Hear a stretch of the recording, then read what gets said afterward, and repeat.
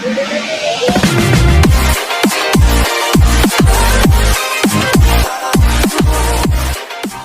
that?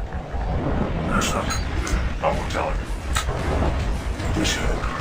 Film diawali dengan aksi baku tembak dua anggota FBI bernama John dan Tom yang tengah melawan pasukan pria dari Tiongkok.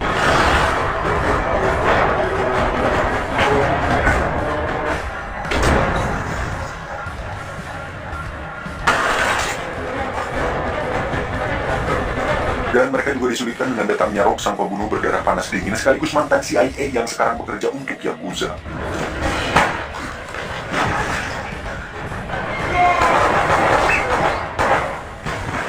Namun untungnya Tom dapat mengalahkan Rock dengan sangat mudah meski John harus tertembak di lengan kirinya. So that somebody at the agency yanked your chain. I take your shells split into the bullet system. Now know who's working for who.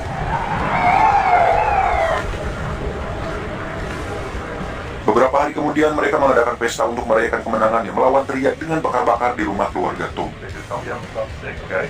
No, that's all I think to get the snakes. John, honey.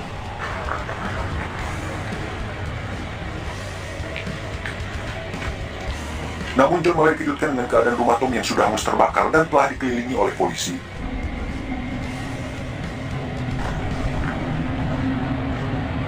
Faktanya, sebelum mereka datang, rumah Tom telah disabotase oleh seorang misterius yang tidak mereka ketahui, lalu membunuh Tom beserta anak dan istrinya.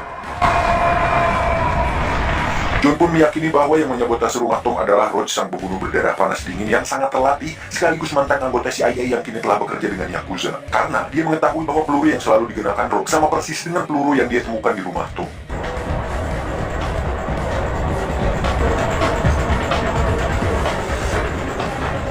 Tiga tahun kemudian,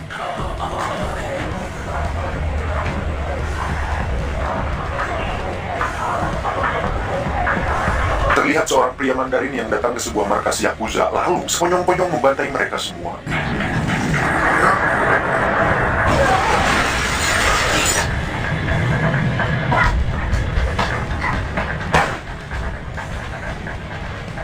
Beberapa saat kemudian datanglah FBI yang kemudian mengambil alih kasus tersebut dari polisi. Yeah, someone cut the feeds. There's nothing on it. Proper?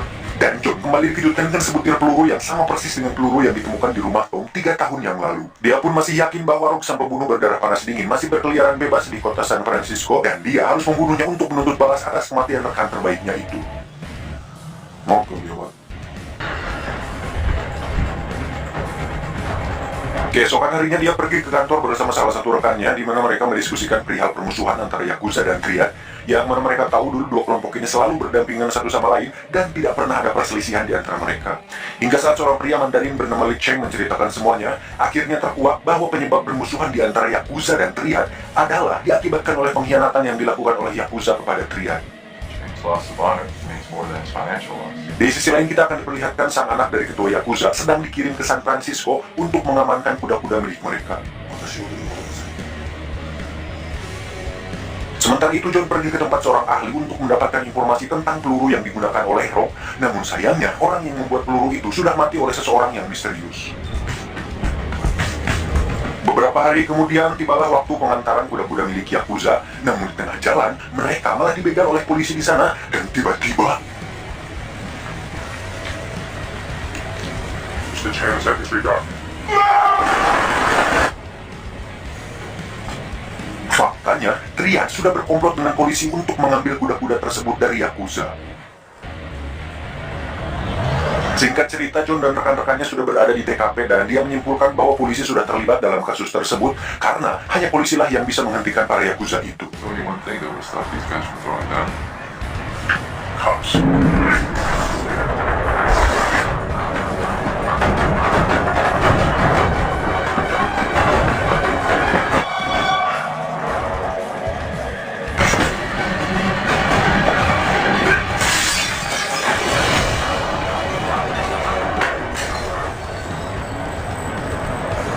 Saat John ditelepon oleh Rock untuk mengambil kuda-kuda yang dicuri Triad, di situ FBI menyergap tempat tersebut yang padahal itu hanyalah tipuan yang dilakukan oleh Rock agar John percaya bahwa Rock sudah tiada dan meyakinkannya bahwa yang dikejarnya adalah hantu belaka. Your hands on the back of your head.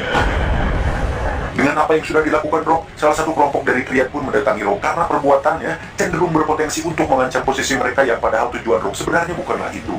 Karena faktanya, Rock adalah anggota dari Yakuza yang sengaja mengadu domba kelompok Triad agar saling berperang satu sama lain.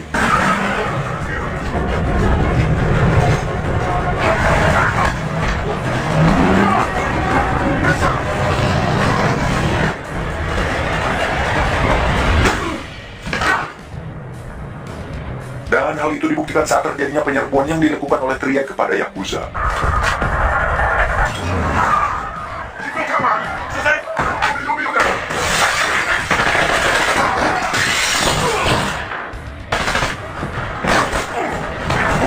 Dari insiden tersebut, John pun harus kehilangan salah satu rekannya, dan itu sangat menyakitkannya. Sampai detik ini kita masih belum mengetahui alasan kenapa Rock melakukan itu semua, tapi satu yang pasti, insiden tersebut belum cukup baginya, karena lagi-lagi Rock melakukan hal yang mengejutkan, di mana dia membunuh para petinggi Triad, kemudian dilanjutkan dengan menyerang Yakuza, yang membuat semua anggota Yakuza mati, terkecuali anak dan istri dari sang ketua Triad.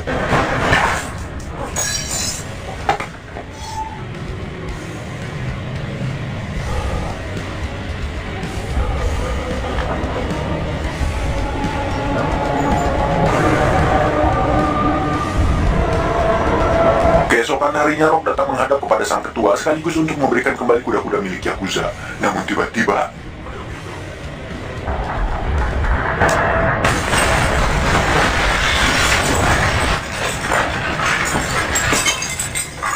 akhirnya terkuaklah bahwa Rock adalah Tom yang merupakan rekan si John yang sudah dihabisi keluarganya di awal tadi, di mana dia telah merompak wajah dan suaranya untuk membalaskan dendamnya kepada Triad dan Yakuza. Cukup masuk akal akhirnya. Ternyata saat kejadian 3 tahun yang lalu, Tom berhasil membunuh Rock dan mengambil identitasnya. Dan fakta yang mengejutkan lainnya adalah, ternyata John bekerja untuk Yakuza, dan yang memberikan informasi tentang Tom kepada Yakuza adalah John. Secara tidak langsung, John adalah upil di balik, apalah itu peribahasanya tuh, lupa lagi. Adalah udang di balik batu mungkin ya.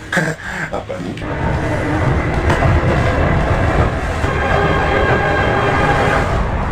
Beberapa hari kemudian, Rock menghubungi John dan meminta agar mereka bertemu di dermaga, tempat pertama kali mereka bertemu. Dan malamnya mereka pun menuntaskan masalah mereka, hingga akhirnya Rock mengaku bahwa dia adalah Tom dan meminta pertanggungjawaban dari John atas kematian keluarganya. Setelah mendengar hal itu, John meminta maaf kepada Tom atas kejadian di masa lalu. Namun, nasi sudah menjadi bubur, dan bubur tidak lengkap tanpa adanya daun bawang dan ayam suwir, karena sesuatu yang terjadi di masa lalu tidak dapat terulang kembali. Akhirnya, Tom memilih untuk membunuh John di sana. Tamat, ending yang cukup membagongkan. Wow!